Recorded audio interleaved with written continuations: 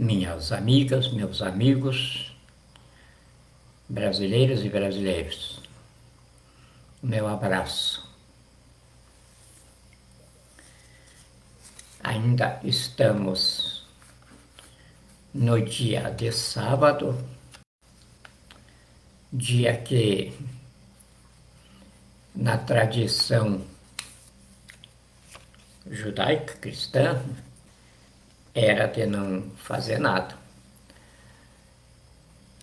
A gente podia caminhar no máximo 1000 metros, era a caminhada do sábado. Aí vem Jesus, que era o Messias que os judeus esperavam, e contraria tudo isso. E por contrariar, eles não reconheceram. E não reconheceram primeiro porque eles entendiam que o Messias teria de surgir num palácio, numa mansão do Lago Sul, do Lago Norte. E aquele homem, ninguém sabia de onde que ele tinha surgido.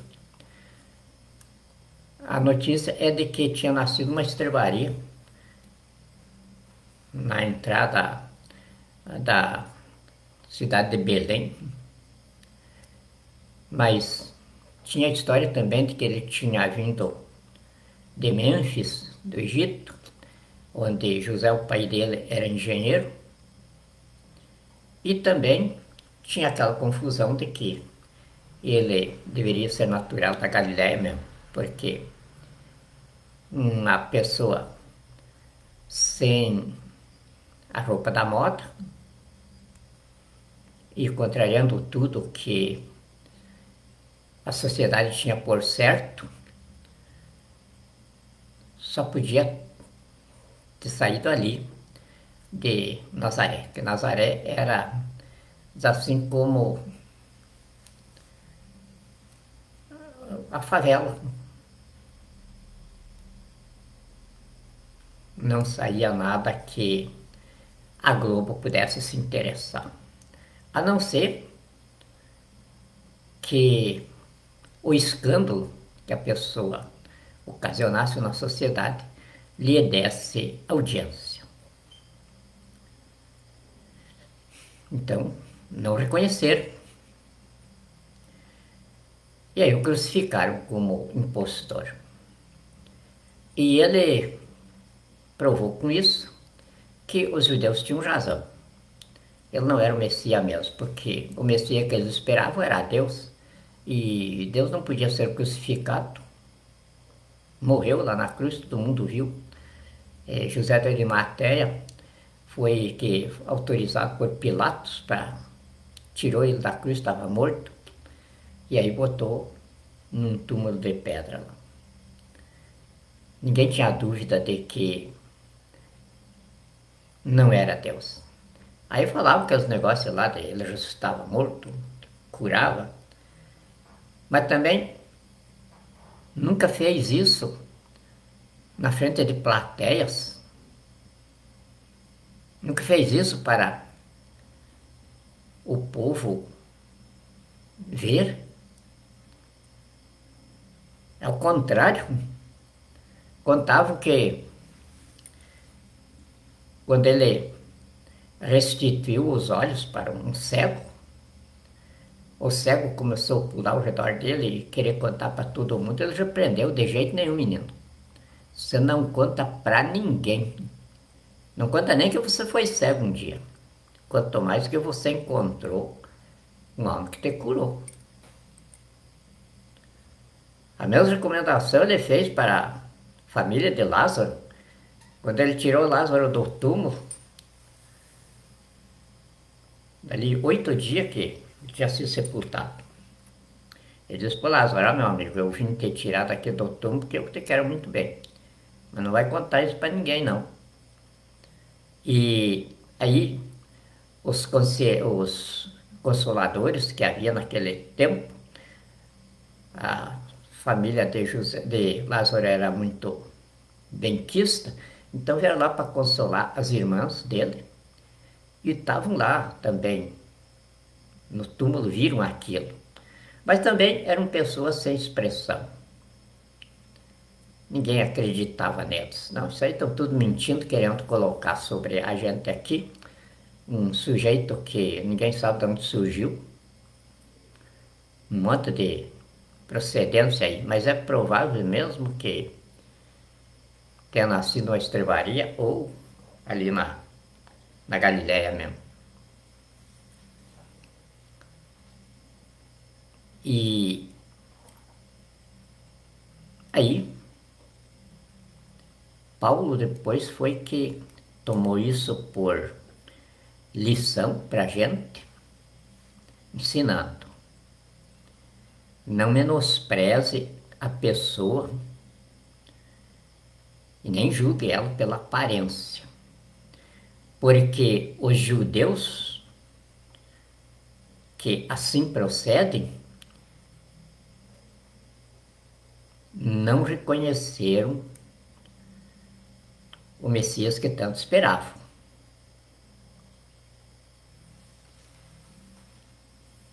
E Abraão, que não julgava pela aparência, hospedou 3 anjos e foi testemunha da destruição de Sodoma e Gomorra.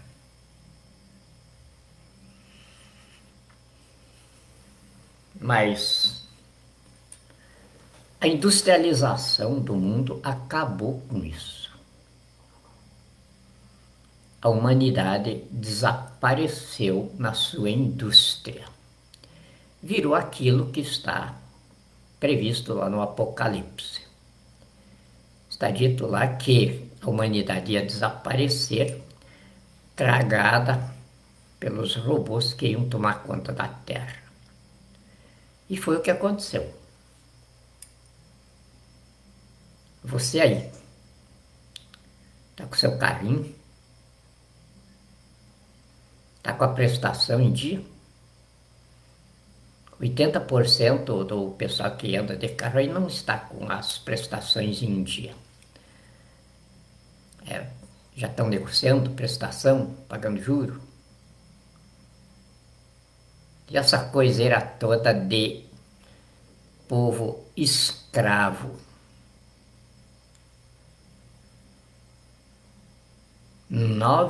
7 bilhões e 900 milhões de pessoas são escravos de 5 milhões 742 mil pessoas que são as donas do sistema de dinheiro que eles inventaram aí. Não existe dinheiro.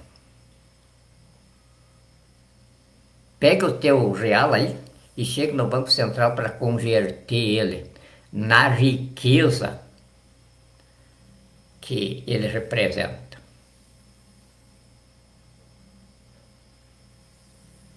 O bandido safado, sem vergonha, cafajeste, vagabundo, que está te roubando como presidente do Banco Central, da máfia, das milícias bolsonarianas, vai dizer para você, você tem de ir nos Estados Unidos, porque o real é emitido sobre o dólar americano. Então, o valor que garante o real como moeda, ou seja, como expressão líquida da riqueza, está nos Estados Unidos. E ele não vai te dar a pelada toda ali, a lei aquela, a primeira que criou o real foi a 9.000 e pouco, depois daí o Manteiga substituiu por outra. Essa diarreia de leis que eles criam aí para te roubar. Aí você chega nos Estados Unidos, o presidente dos Estados Unidos vai dizer, porque são bem informados. Na verdade, o dólar começou a ser impresso na Casa da Moeda. Um dólar valia uma onça ouro. Mas isso acabou há muito tempo. Acabou na época que nós fizemos a Convenção de Waterloo. O Brasil também teve ciência disso. E então todos os países acataram aquela convenção em que o dólar não era mais lastreado em ouro e nem a Casa da Moeda não era mais a fabricante do dólar. O governo dos Estados Unidos passou a impressão do dólar para 5 bancos particulares americanos. E esses 5 bancos americanos emitem o dólar lastrado no volume de ações que eles têm. Então, na verdade, a riqueza de lastro do dólar americano é a economia americana, porque esses 5 bancos têm acionistas espalhados na economia americana por toda a parte. Então, esse é o lastro. Aí ele vai olhar ali nos dólares que você tem, que o Banco Central vai te dar em troca dos teus reais. Aí ele vai olhar ali e diz, olha aqui, estes dólares aqui, tantos aqui foi emitido pelo Chase Manhattan, este aqui foi emitido pelo Citibank, e são os 5 bancos lá. E aí diz, você vai ter de ir nesses bancos aqui que eles vão converter para você o valor o lastro de emissão. Aí você chega lá no sítio, o diretor do sítio vai te receber também, o americano faz, eles são muito finos no mundo dos negócios de explorar o próximo.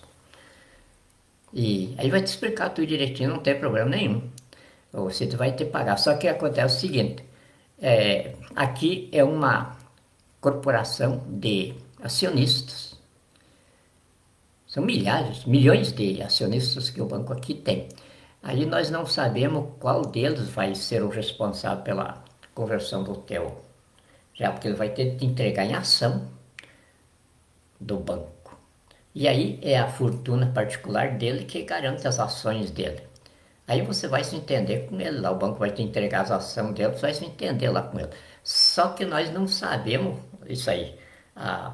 A Convenção de Waterloo não estabeleceu esse critério aí, não fixou, no caso da conversão do dólar no lastro de emissão, ele não disse como o banco emissor ia converter o dólar.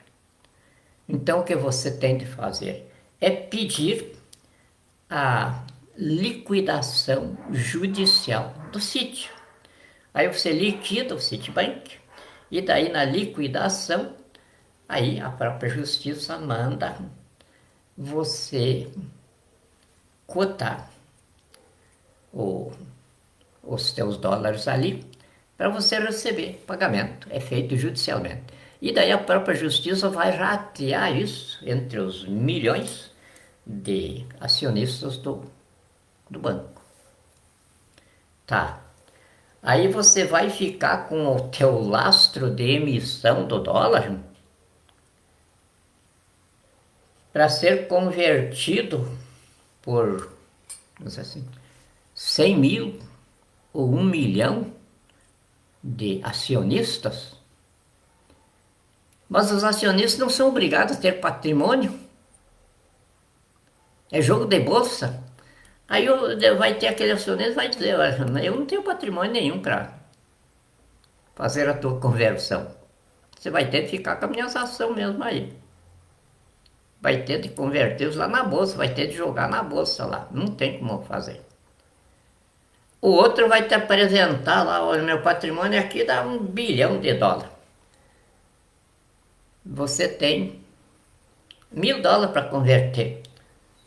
Como é que para converter $1.000 você vai requerer a liquidação de um patrimônio de $1 bilhão? Nem a justiça vai aceitar isso, porque aí entra a teoria da inconsequência do ato executivo.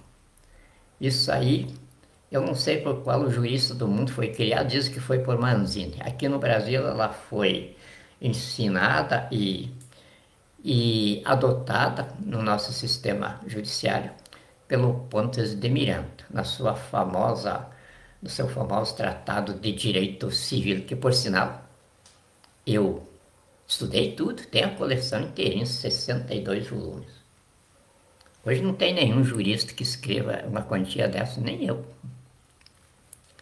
Mas o Pontes de Miranda fez. 62 volumes era o Tratado de Direito Civil. Hoje nenhum advogado conhece. Nem tem isso aí. O advogado hoje peticiona pelo computador. E os manuaizinhos de fazer petição. Só os lugares tem aí. As porcarias servem para nada. Como Jesus dizia, sepulcros caiados. Exibindo um apelido de doutor, mas não tem cérebro. O cérebro ficou na faculdade. Não todos, não dá para generalizar. O Brasil tem grandes juristas. Se não tivesse grandes juristas, nós não teríamos uma Constituição aí que é usada no mundo como livro didático. Então nós temos. Mas a massa que movimenta 117 milhões e 900 mil ações na justiça, essa massa não escreve nem o preâmbulo do primeiro livro da coleção de Direito Civil de Pontes de Miranda. Porque se tivesse nessa massa alguém que conhecesse, que dissesse, eu já li alguma coisa sobre o Pontes de Miranda, aparecia para auxiliar o povo nessa tarefa tão árdua de direito que nós enfrentamos. Não aparece ninguém. Os juristas que se propõem a ajudar, que estão prontos, estão fora do Brasil porque não aguentaram a pressão do analfabetismo aqui dentro. Estão na Europa, nos Estados Unidos, na África do Sul, espalhados por aí. De vez em quando entram em contato comigo. Estão prontos para ajudar, mas estão comprometidos até o pescoço com as suas bancas de advocacias lá fora. Então temos grandes juristas no Brasil. Agora não dessa massa que atua nos fóruns. Isso aí, e os magistrados que recebem essa gente aí, do juizinho calça curta lá da entrância inicial, até o Supremo Tribunal Federal, botando num saco e jogando no mar, se terá depois disso o tormento de consciência de ter intoxicado os tubarões, se eles os comerem. Não servem para nada. E eu não falo no ar, eu sou chefe de Estado, magistrado supremo da nação, então eu tenho que falar sobre provas. Qual é a prova? O corpo de delito do Brasil. O estado de apodrecimento generalizado da civilização brasileira. Isso só ocorre por imposição de bom senso e da própria história. Só ocorre quando desapareceram os juristas e os teólogos. Porque ser pastor, ser padre, isso qualquer um é. Hoje, coisa mais fácil que tem. Padre até vai para o seminário um pouco, mas pastor agora é só ler a Bíblia ali. E eu, se quisesse ser pastor, tem uma igreja aí que me ofereceu. Me dava o diploma lá de curso de teologia e me dava inclusive tudo, a documentação para mim me registrar no INPS como pastor, que daí recebia o dobro de mesada do INPS. E aí eu constatei como é que eles vivem. Sim. Recebendo o INPS, eles se aposentam como pastor. Vocês já viram? Não tenho nada com isso, não vou punir ninguém. O Brasil está nessa mixórdia. Deixa os pastores aí que se virem. Tem o carrinho deles lá. Final de semana ficam fazendo aquela cantoria. Bom, aqui tem uma igreja aqui. E eu gosto muito. Fico com aquela cantoria ali até 10 horas, 11 horas da noite. Todo final de semana. Se faz bem para eles, não faz mal para mim. E não é de rock and roll, não é batuque, não é essa coiseira das favelas aí. É aqueles cantos melodiosos. Faz bem para a alma da gente. Não atrapalha em nada, pelo contrário, dá uma paz tranquila. Eu gosto que eles fiquem ali cantando. E eu trabalhando aqui. Eles estão louvando Jesus, que é o diretor da parada. E eu não sinto que ele se incomode com isso. Então eu também não me incomodo. Mas tem essas coisas. Se não existe o jurista, como é que pode existir o Estado democrático de direito, de direito? O que é democrático é as pessoas que encrencam poder discutir as suas diferenças na frente de um juiz.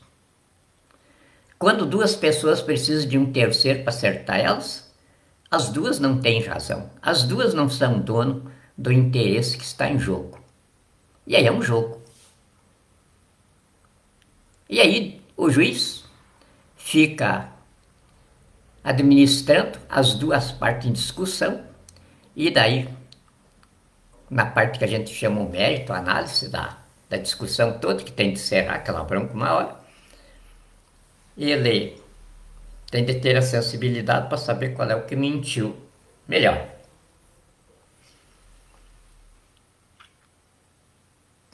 Agora nem isso não precisa mais. Eu já não tenho sensibilidade nenhuma, porque vai tudo para o concurso. E concurso não seleciona os melhores. O concurso seleciona os piores. Prova? O país que está aí. A justiça que está aí. Querem mais prova? Ainda há pouco estava vendo um vídeo aí, e eu ri junto com o pessoal também. Um deputado bolsonarista, inclusive, defendendo o Bolsonaro ali na CPI e tal. Mas eu disse uma coisa verdadeira, muito engraçada. Eu também vi aquilo. Uma deputada interrogando um cientista que estava sendo interrogado lá. E o cientista explicou para ela tudo, com a experiência, não, aconteceu isso assim, e aí sobre velho, não, o velho tomou este medicamento, assim, não foi preciso vacina, nada, e ele sarou, ficou são. E aí a deputada disse para eles, eu quero a prova. Provar o fato evidente, o fato exposto. É claro, era coisa de levar para desopilar o plenário. Todo mundo riu. E eu achei engraçado também. O cientista explicando, deu o nome da pessoa, tudo direitinho. Não, ele sarou. Foi preciso sair. Que ela estava afirmando que era necessário. Aí ela exigiu a prova. Aí o senhor explicou tudo, mas não provou. Essa é a escola do Gramsci, Antônio Gramsci. Inclusive o Lenin eram os crânios do comunismo. Então o Lenin dizia, acuse do que você faz os teus adversários. Tudo que você faz, diga que foi eles que fizeram. E o Antônio Gramsci dizia, ao invés de armas, a gente tem de tirar o cérebro deles. Exige que todo mundo, para os serviços públicos, tem de ter curso superior e passar num concurso. No curso superior, você tira o cérebro deles e você lhes dá um apelido de doutor.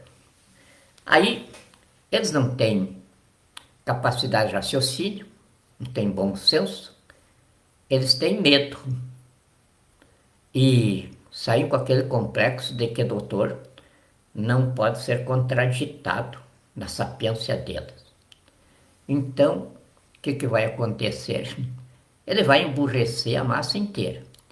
E uma massa burra, ela só se sente segura quando tem uma organização que a protege. E quem protege mais uma massa de burro, senão aqueles que lhe permitem sobreviver. O comunismo só faz isso, permite a sobrevivência dos escravos.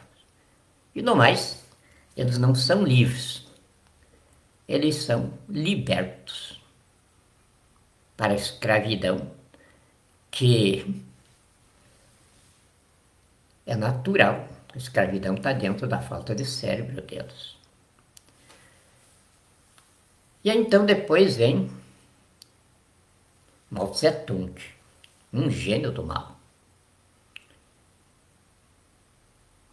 Nós, nas ciências políticas,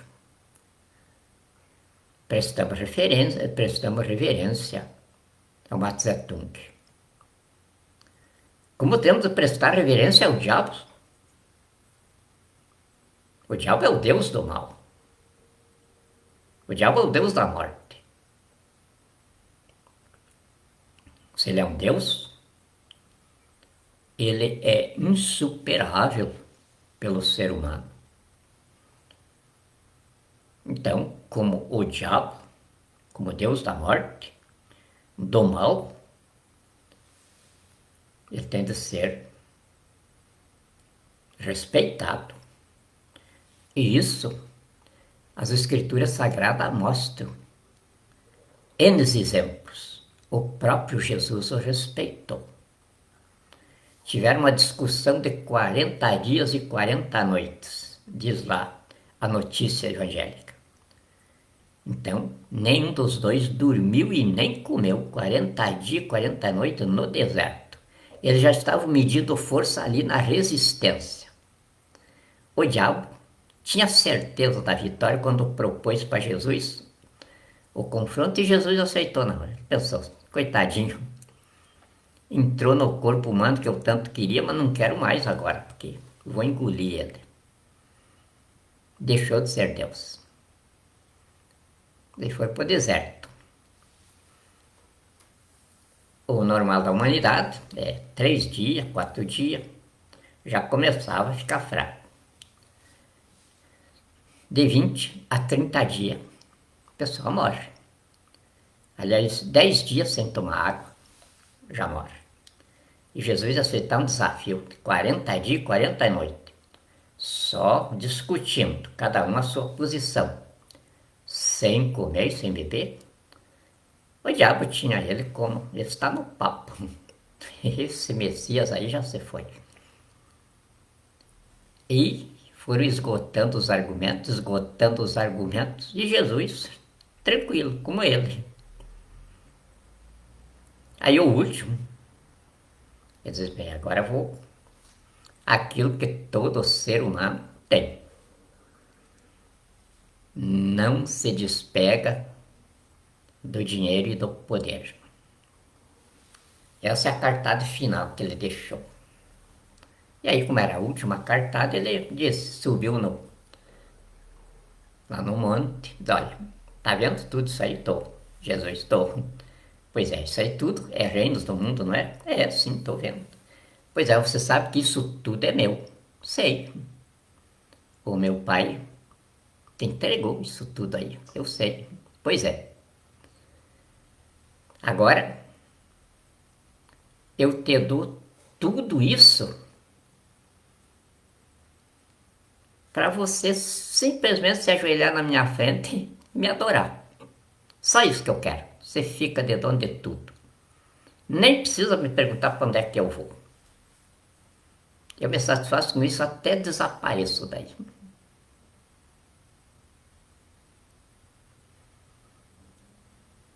Mas Jesus não aceitou. Respondeu com a sabedoria de Deus para ele que o reino dele não era deste mundo e que o diabo sabia disso, que o reino dele abrangia o universo inteirinho e ele não ia então se circunscrever a um território geográfico aonde Deus tinha prendido o diabo.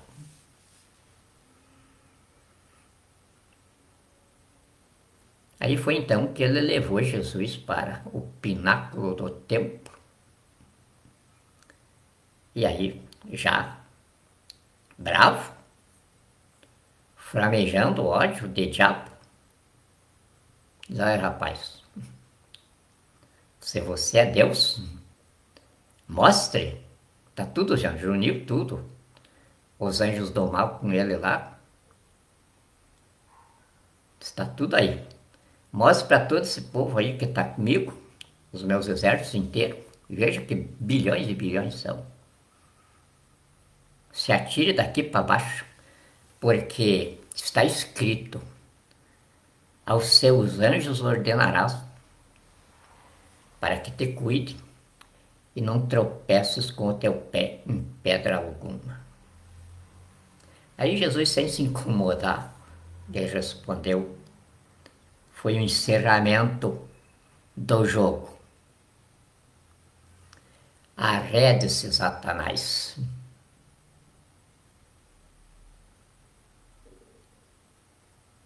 Porque também está escrito: "Não tentarás o Senhor teu Deus." E aí veio então os exércitos de Jesus. E não deu para nada o diabo com os exércitos deles. Evaporaram, como sempre acontece. Aconteceu aqui no Brasil também. Foi em 2012, me parece que foi dia 17 de junho, que eu assinei ao alto comando das Forças Armadas o compromisso de ser morto e não preso, se conduzisse a nação a erro pelo caminho do bom senso, da lei e do direito, como a Constituição estabelece, pela instituição da intervenção constituinte no processo histórico, em foro de soberania. Sei muito bem dessas coisas, porque fui eu que escrevi a Constituição. Claro que estabeleci as instituições, os institutos que precisava numa batalha desse nível. E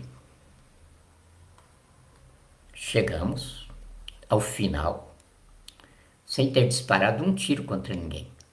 A única violência que podemos dizer aí não foi violência, uma reação na legítima defesa que sempre sustentei desde o início. Nós tivemos de nos livrar de 34 mil terroristas guerrilheiros que a Dilma tinha alugado de 13 países da África, pagando aluguel adiantado para iniciar a guerra comunista de submissão do Brasil à escravidão comunista. Foi a única coisa assim que aqueles eventos apareceram. O resto não, tá tudo aí. Depois daí vem Eduardo Dias da Costa Vilas Boas, comandante do exército colocado pela Dilma, já tudo preparando para a guerra civil, guerrilha. Aí Vilas Boas já dá com a pedra no sapato, que era eu. Já estava com tudo instaurado.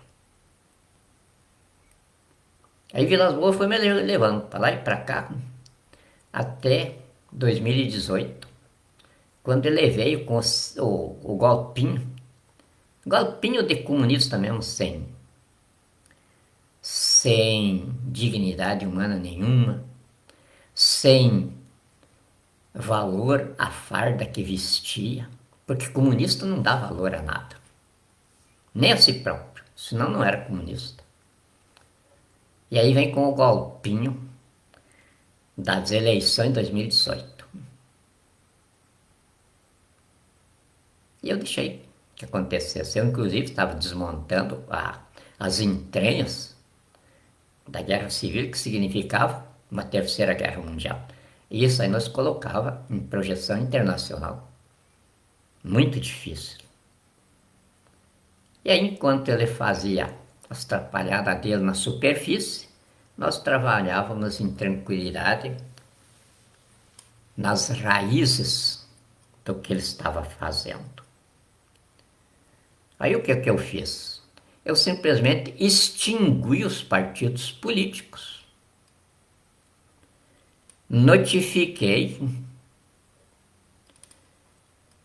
a Rosa Weber, que era a ministra presidente do Tribunal Superior Eleitoral, responsabilizando ela como criminosa, apátrida, se me desrespeitasse. Mas não age isso, não precisa. O ato tem de ser constitucional, legítimo e necessário. São os pressupostos, requisitos e condições de um ato constituinte, não é ato de Estado. Ato de Estado é se eu fosse mandatário do povo. Na órbita do poder constitucional, ou seja, o poder outorgado pelo povo em poder constituinte. Mas eu sou, desde o dia 29 de dezembro de 2017, o poder constituinte. Não tem nada acima de mim. É o povo no exercício direto do poder, diz na Constituição. Então, isso quer dizer o povo, o poder constituinte, sobre o poder constitucional. É no poder constitucional que se aloja o Estado, a ordem jurídica, o processo social, que se compõe de toda a brigarada do existencialismo nacional. Mas foram as Forças Armadas que escreveram a Constituição, em missão cumprida por mim, não que fosse um gênio, mas atrás de mim haviam os monstros do constitucionalismo que me supriam da cátedra. E quem escreveu a Constituição fomos 5 pessoas. O resto era o resto, a massa. Foi produzido por 5 pessoas só. E aí é claro que eu entrei cumprindo missão militar na Constituinte,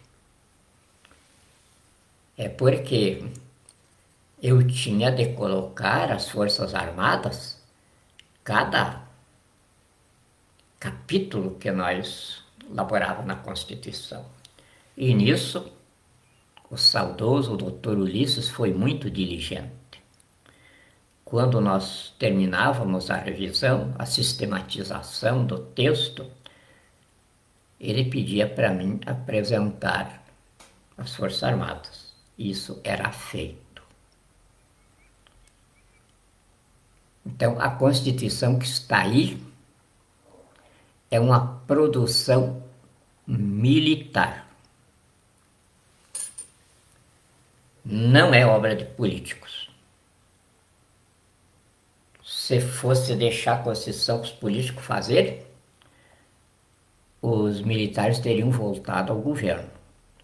Eles foram bem claros quando chamaram Ulisses Guimarães, e o doutor Ulisses foi que me contou, não foram os militares.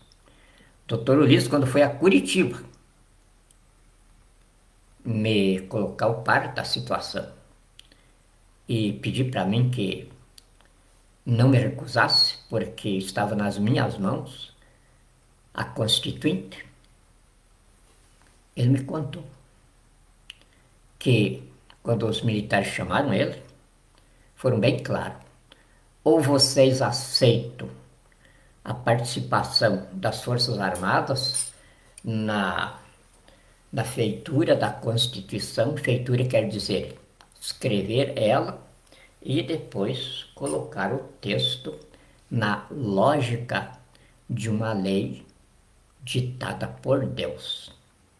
Ou seja, saída do grau máximo onde chegue a inteligência humana. E Dr. Ulisses Guimarães, um estadista que até agora não foi ainda substituído e por isso faz uma falta danada à nação, aqueceu, não recebeu como desafio, mas como uma advertência que tinha de ser aceita. O Dr. Ulisses era assim, por isso é que era o farol do regime de 64 a 85. Porque o farol não é aquele que fica ao nosso redor nos elogiando, nos aplaudindo e nos chamando de líder. O farol é aquele que fica frontalmente a nós, nos apontando as deficiências. Esse é o nosso farol, esse é o que nos ilumina. O doutor Ulisses Guimarães fez isso. Foi o farol da marcha da família com Deus pela liberdade que as Forças Armadas encararam como o projeto de nação que elas colocaram em execução, cuja terceira e última etapa as Forças Armadas estão implantando agora. E então, na feitura da Constituição, eu fui escriba e fui também, acredito que o principal analista, o psicólogo do texto, para que não houvesse dentro do texto constitucional incongruências, incoerências, que o texto fosse exatamente o farol e o alicerce da civilização que a nação perseguia. Por isso é que a Constituição mesmo é aquilo que chamam de cláusulas pétreas. Nós sabíamos que eles iam emporcalhar toda a Constituição. Então, o que os mestres que me auxiliavam nos aconselharam? Quando eles vinham, as esquerdas que eles diziam, vinham com as leis complementares imediatas ao texto constitucional, que deveriam ser analisadas posteriormente à promulgação da Constituição. Mas eles queriam que fosse aquilo ali, fosse Constituição também. Não entendiam nada. E aí, nós não tínhamos saído, porque se não fizesse aquilo, eles diziam que eles não aprovavam o texto. A Constituição não se aprova, se promulga. Mas o regimento da Constituinte ali estabelecia a promulgação por quórum absoluto. E aí não tinha como mudar o regimento. Aí se eles não comparecessem ao quórum, nós perderíamos todo o tempo, que daí não havia como promulgar a Constituição, era quórum absoluto, não podia faltar o Lula, nem o Agnaldo Timóteo, nem ninguém, tinha que estar todo mundo lá. Então, nós tínhamos de satisfazer eles. Aí foi o professor, grande luminário do constitucionalismo, foi que me disse, não tem problema nenhum. O que eles querem como Constituição são as leis complementares imediatas. É o que Moisés fez lá. Tem os 10 mandamentos, que é a Constituição. Depois tem o Gênesis, tem o Levíticos, tem o Números, tem o Deuteronômio, que são as leis complementares imediatas aos 10 mandamentos. Fazemos a mesma coisa aqui. Coloca todas as leis complementares imediatas no mesmo livro que eles querem. Numera de 1 até o final das emendas deles. E assim fizemos. Constituição com 200 e tantos dispositivos. Mas aí estabelecemos, olha, a Constituição se divide entre cláusulas pétreas, essa não mexe, e o resto pode ser mexido. E engraçado que até hoje eles santificaram as cláusulas pétreas. Não mexe. Mexe em tudo o resto ali. Mas a Constituição mesmo permanece com algumas feridinhas só, mas não com feridas mortais. O ferimento mortal está querendo ser dado agora por esse cretino safado sem vergonha, agente da China aqui no Brasil, que para meu desgosto e desgosto do povo brasileiro, vestiu uma farda e chegou a general do exército.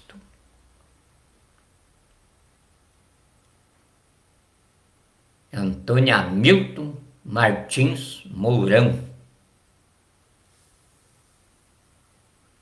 capacho dos chineses, casado com uma comunista chinesa,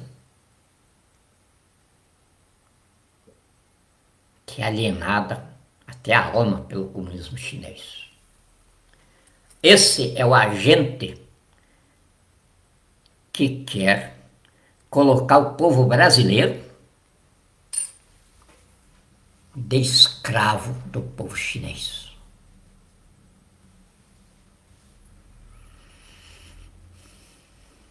Esse é o agente da China que está povoando de chineses o território brasileiro.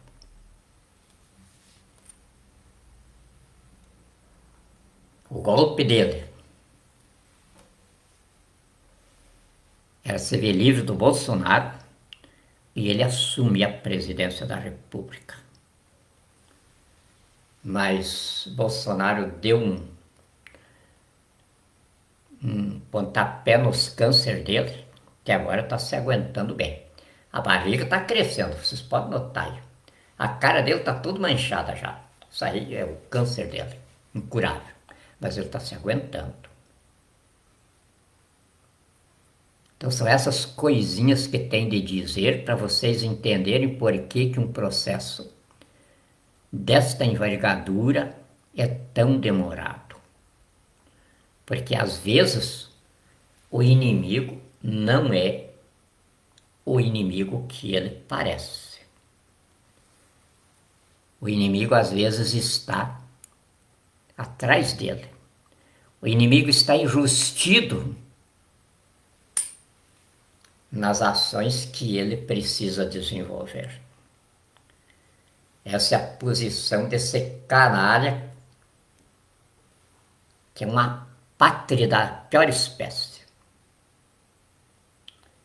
Porque um homem que veste a farda sagrada das Forças Armadas, jamais, se tivesse um pingo de caráter, se prestaria para isso. E é claro que então a fatia que ele exigiu para si, e Bolsonaro lhe entregou, só podia ser a Amazônia. É ele que comanda toda a roubalheira da Amazônia. E é evidente o endereço disso não é mais a Inglaterra.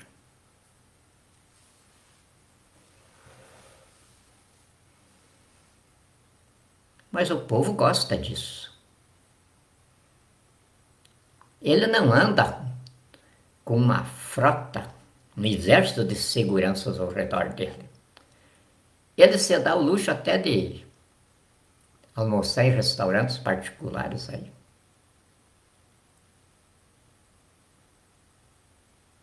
E tem uma senhora organização.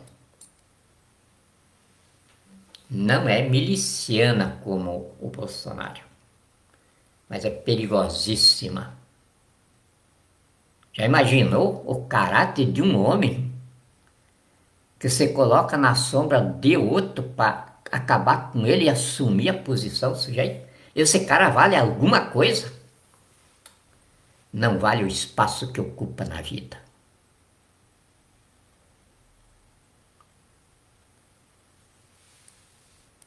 Esse problema é de vocês.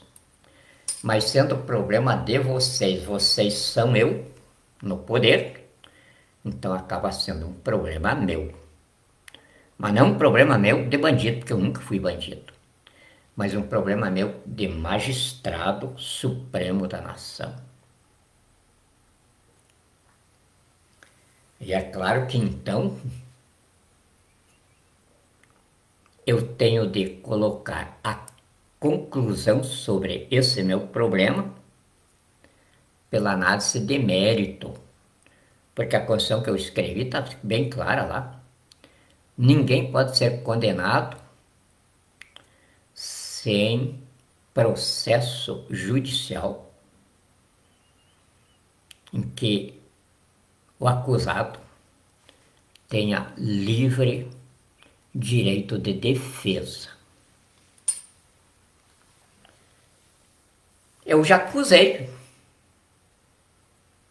o general Antônio Hamilton Martins Mourão, aquele que disse que não lia explanações de palavrórios difíceis de advogado. Agora imagine o grau de escolaridade desse sujeito. E é claro que Jair Bolsonaro não podia ter outro vice a não ser esse. Porque os semelhantes se atraem, se completam, se conjugam e se realizam. E então, eu só tenho de esperar, porque eu aprendi na escola. E a vida me ensinou que é verdade. Toda organização criminosa, por mais potente que seja, ela se acaba pelo próprio crime. E aí então é só a gente saber administrar. Já estão acabados pelo próprio crime. Tanto Bolsonaro quanto Mourão. E eu não tenho dúvida nenhuma que dentro de pouco tempo os chineses serão recuados de volta para trás da muralha deles.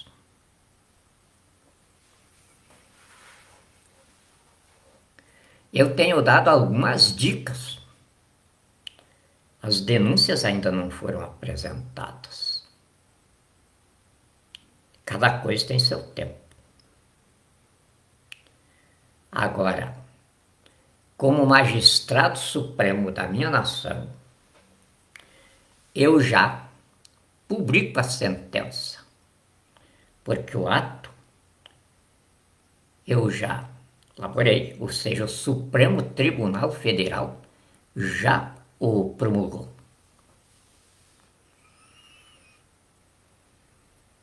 O Brasil não tem espaço mais para chinês de nenhum tipo aqui dentro, com nenhuma atividade. O Brasil não tem espaço mais para as lojinhas 1,99 dos chineses.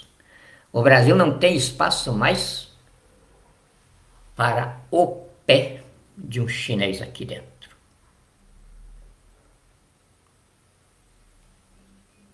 Podem comprar, podem vender, podem fazer o que estão fazendo aí neste momento em que a nação está sob massacre.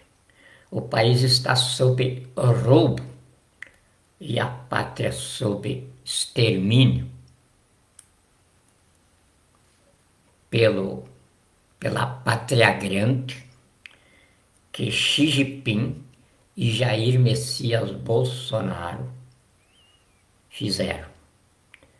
Mas o mentor de tudo isso é o general Mourão, comunista chinês safado. Sendo comunista chinês, é claro que é canibal. Que o canibal não é apenas que mata o ser humano para comer a carne dele assada. O canibal é o que mata uma nação inteira, como esse safado está fazendo. 94 pessoas morrem por dia assassinadas só nos corredores de extermínio do SUS. Com essa mentira de pandemia de coronavírus. O presidente dos Estados Unidos já está se levantando com a calma que uma superpotência tem de ter. Mas está dizendo, está deixando clara a posição dele comigo. O presidente Putin, ninguém mais tem dúvida. A União Europeia também e o Estado de Israel, não se tem dúvida.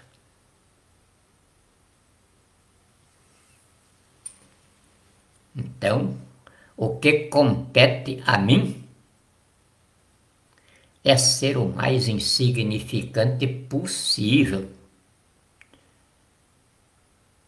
Isso não é inteligência minha. Eu aprendi de Deus no Filho dele. Ou seja, quando ele se fez verdadeiro homem. Mas dentro do verdadeiro homem, ele tinha a convicção de que era o verdadeiro Deus. E aí o que ele tinha de fazer? Ser humilde como ele foi. Ser insignificante como ele foi. E se eu quisesse crucificar, que crucificasse? Porque ele sabia sair do túmulo.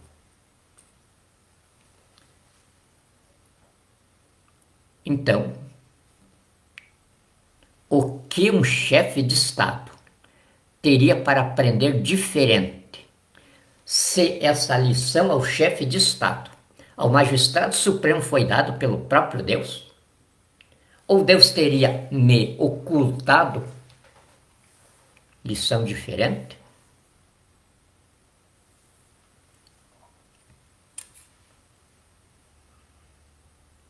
Eu não me interesso saber o que é o presidente dos Estados Unidos, o que é o presidente da Rússia, o que são os outros chefes de Estado do mundo. Eu, como estou convicto do curso feito com Deus, a minha obrigação dada por Deus, meu mestre, meu comandante, é esta: aquilo que você recebeu de graça, passe para os teus semelhantes da mesma forma. Então, aquilo que eu recebi de Deus, que os meus colegas chefes de Estado ainda não têm grau para essa escolaridade, eu tenho o dever de passar para eles. E é isto que faço. Deus nos ensinou que chefe de Estado, magistrado supremo, tem de ser a insignificância que ele foi. Porque se não for essa insignificância, o sujeito não tem convicção do que ele é. E não tendo convicção de que eu sou chefe de Estado, porque eu sou um estadista. Eu sou magistrado supremo da nação, porque eu sou magistrado. Eu governo meu país, porque eu conheço a vida civilizada, por dentro e por fora. E então sou a imagem e semelhança de Deus, porque sou o que sou, não o que pensam que eu seja. A identificação que ele deu para Moisés. Eu sou o que sou. E se eu sou a semelhança dele, eu sou o que sou. E para ser o que sou, sou o que eu acabei de dizer. Então, eu não estou aqui para ser recebido porque eu agrado. Eu não estou aqui para ser respeitado porque eu não chamo bandido de bandido. Eu não estou aqui para ser ovacionado porque eu só sei elogiar os poderosos, os bilionários, aqueles que estão postos como os mitos e os astros. Eu não faço distinção. E está aqui no artigo 3º da Constituição que eu escrevi. Está aqui dito isto. E tudo que eu falei está aqui. Se eu não fosse o que eu falei, eu não era autor deste livrinho. Evidente que não fui eu que escrevi ele sozinho. Mas se eu participei dos escribas, eu o assumo por inteiro. Menos as emendas que fizeram aqui. Elas aqui vai sair tudo. Vou tirar tudo. Porque são todas emendas ilegítimas. Como a venda do país que estão fazendo. Essa bandidagem aí vai ter de reembolsar os outros bandidos que estão comprando as riquezas do Brasil. Que estão comprando os patrimônios do Brasil. Está aí agora a folia de venda da Eletrobras.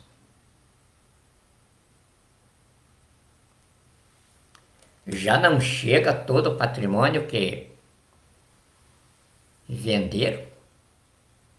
Vocês têm com o que repor os bandidos que compraram de vocês? Porque a regra internacional é as mesmas que se aplicam internamente.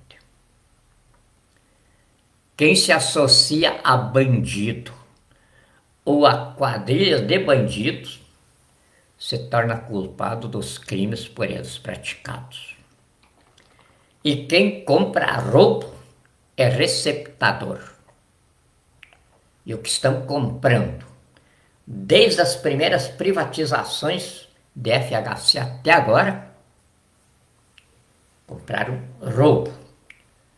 Porque a Constituição não estabelece poder aos mandatários constitucionais meterem a mão no patrimônio constituinte da nação.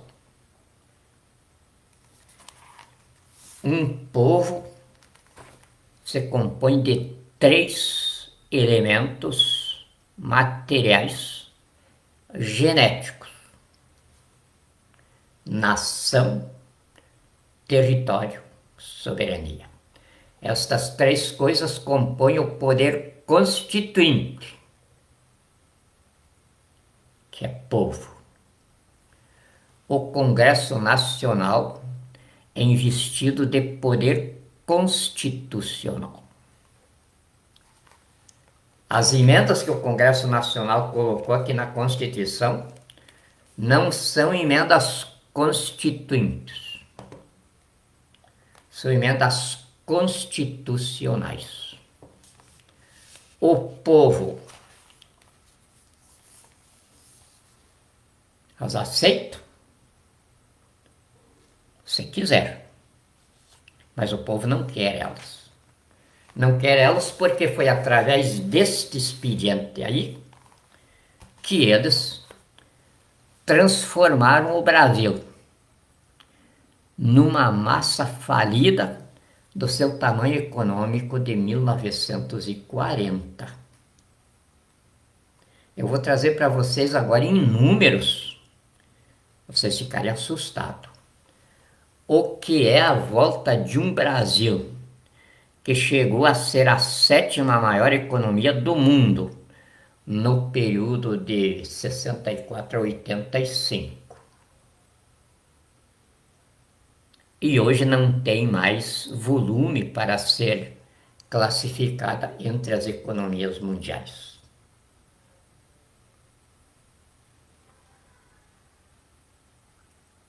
O que é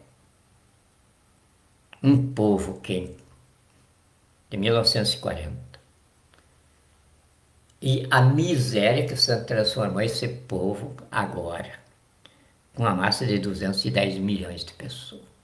66 milhões e 400 mil pessoas sem cobertura de sobrevivência para existir com dignidade.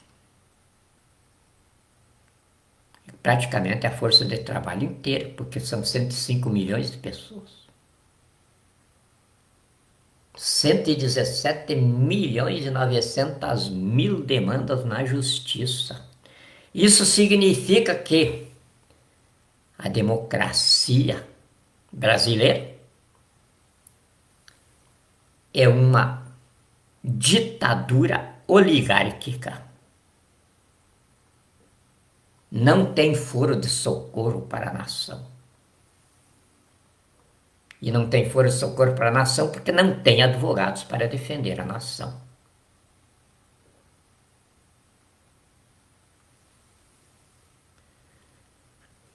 E se não tem advogados, também não tem juízes. E essa sentença não sou eu que estou dando. Isso aí foi dado pela Corregedoria Nacional de Justiça, nos veredictos proclamatórios da Corregedora Nacional de Justiça, ministra Helena Calmon. Bandidos se escondem atrás da toga. Vagabundos se impõem pela intimidação na mercadejação forense de sentenças. E eu, com mais de 50 anos de foro, sou testemunha da corregedora, que funciona desse jeito. E além de testemunha, sou vítima dessa espécie de juízes. Este é o Brasil que você, meu querido povo, tem de recuperar. Mas fique tranquilo. Nada nos assusta. Está tudo sob controle. Eu comecei em 1969. E se hoje estou no poder, então não posso negar, sou o ditador mais velho do mundo. Estive sempre no poder. Agora é que botei a cara na vitrine.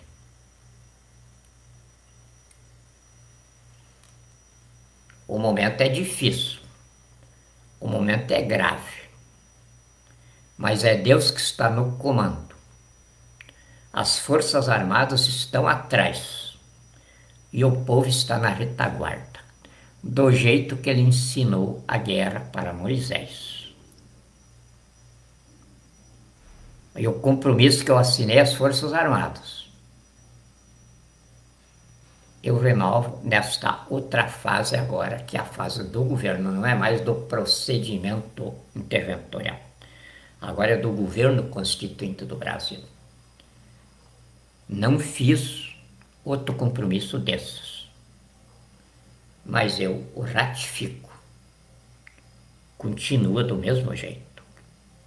Se no governo do país eu conduzir a nação a erro, me matem e me joguem a história como um infame. Isso está no meu termo de compromisso, que já está na mão de muita gente pelo mundo afora, que eu publiquei.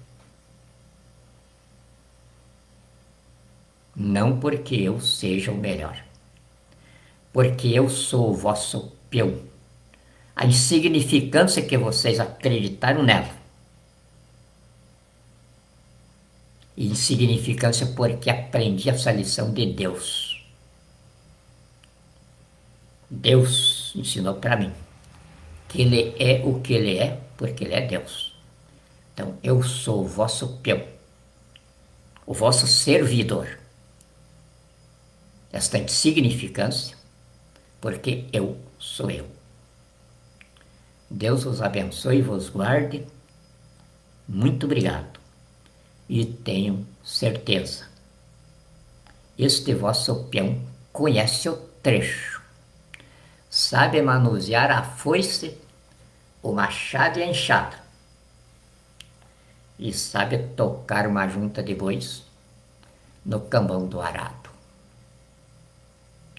Sei cultivar a terra, sou apaixonado pela minha nação, e o que tenho pingou do suor do meu rosto.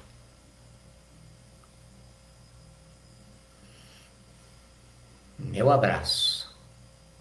Que os anjos vos deem bons sonhos.